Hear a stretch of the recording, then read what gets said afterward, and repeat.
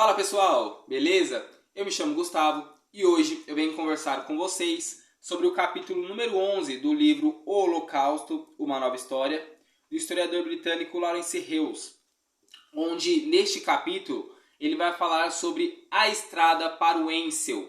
Ele vai tratar do final de 1941 e até a primeira metade de 1942. E o capítulo, como eu disse, a estrada para o Ensel, ele faz uma referência justamente à Conferência de Wensel, que ocorreu em janeiro de 1942 e que é muito relevante para o antissemitismo e muito relevante para o Holocausto.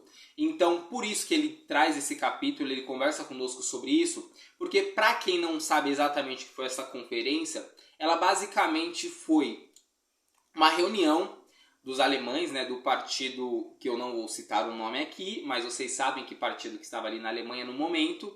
Eles se reúnem justamente para discutir a questão da solução final, do que seria feito com os judeus. Isto porque era um momento onde, na realidade, agora que nós já estamos em 2024 e conhecemos o que aconteceu, nós sabemos que era um momento de estagnação alemã e que logo logo eles começariam a retroceder. Mas na percepção deles, à época, era um momento onde eles estavam basicamente só vencendo batalhas e havia mais ou menos ali um mês e meio que eles estavam meio que estagnados ali, mas as perspectivas eram de mais vitórias, claro.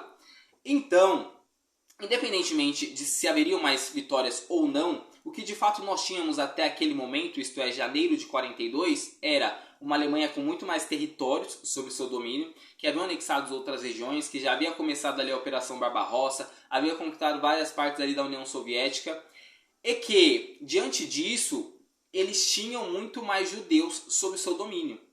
Havia muito mais pessoas que estavam nos territórios que haviam sido anexados.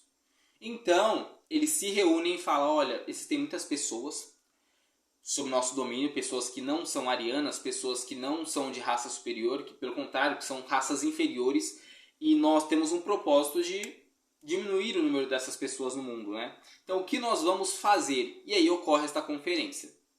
Pois bem, e por que é tão relevante assim essa conferência, haja visto que nem se existe tanta documentação, tanta informação sobre o que foi discutido ali? E a relevância dela está no que acontece depois dela, porque ela foi em janeiro. Já em março de 42, por exemplo, é inaugurado o campo de Belzec, também na Polônia. E esse campo, ele é um campo muito relevante porque, por exemplo, quando nós falamos em Auschwitz, nós estamos falando de um campo onde existia a parte do extermínio, mas também existia uma parte bem grande de trabalho forçado, que as condições eram completamente desumanas, mas haviam muitas pessoas que eram destinadas para essa área. Em Belzec era o oposto. A grande maioria das pessoas que iam para lá, elas eram direcionadas para morte, para perderem as suas vidas. E uma pequena parte ia de fato fazer algum tipo de trabalho. E isso é muito relevante porque foi um campo que existiu durante menos de 2 anos. Em atuação, desde que foi inaugurado até o momento que foi fechado, ele ficou atuante menos de 2 anos, 1 ano e pouquinho. E em apenas 1 ano e alguns meses, ele conseguiu tirar a vida de aproximadamente 500 mil judeus, 500 mil pessoas julgadas como inferiores, vamos colocar assim, para eles naquela época. É claro que nós sabemos que isso é uma besteira sem tamanho, né? Mas foram aproximadamente 500 mil pessoas. O número que Lawrence Hales traz no livro é de 450 mil a 550 mil. Eu estou trazendo aqui 500, que é o meio termo. Mas é um número muito alto, principalmente se levarmos em conta um período curto. Porque quando nós falamos em Auschwitz foram mais pessoas, tá? Mas o tempo de atuação foi maior. Então, se você diluir e fazer uma proporcionalidade ali, você vai ver que Belzec foi um campo que, num tempo menor, ele teve uma eficiência para o que eles queriam, que é algo ruim, maior, né?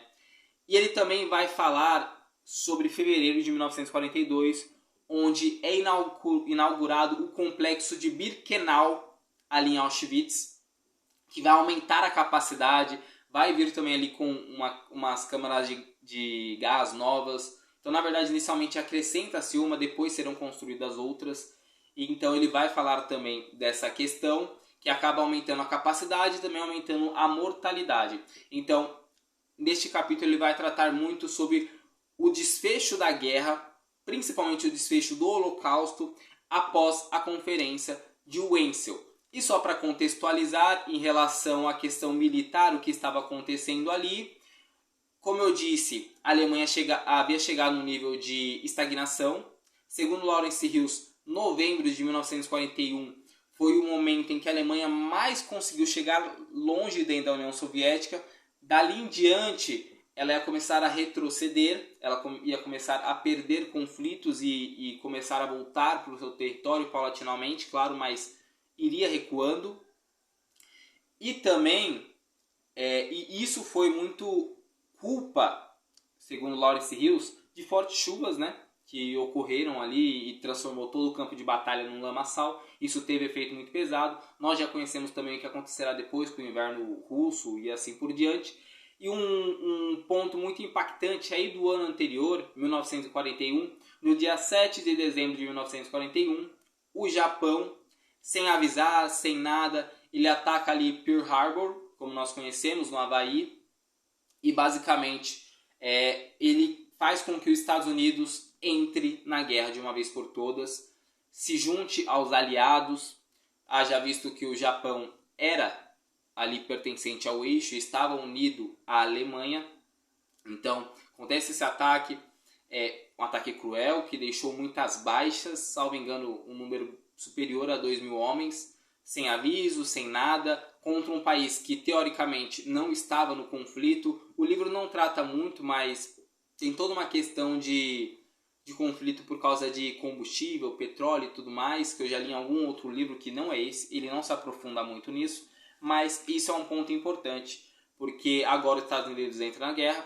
Como eu havia dito, era um momento onde a Alemanha havia chegado no limite no leste contra a União Soviética, ela não conseguia mais avançar, ela estava estagnada, e agora ela teria, entrando no grupo dos aliados, uma potência muito relevante, que eram os Estados Unidos, que se aliariam naquele momento ali aos britânicos, e que posteriormente fariam ainda uma aliança ali com a União Soviética já mais para frente.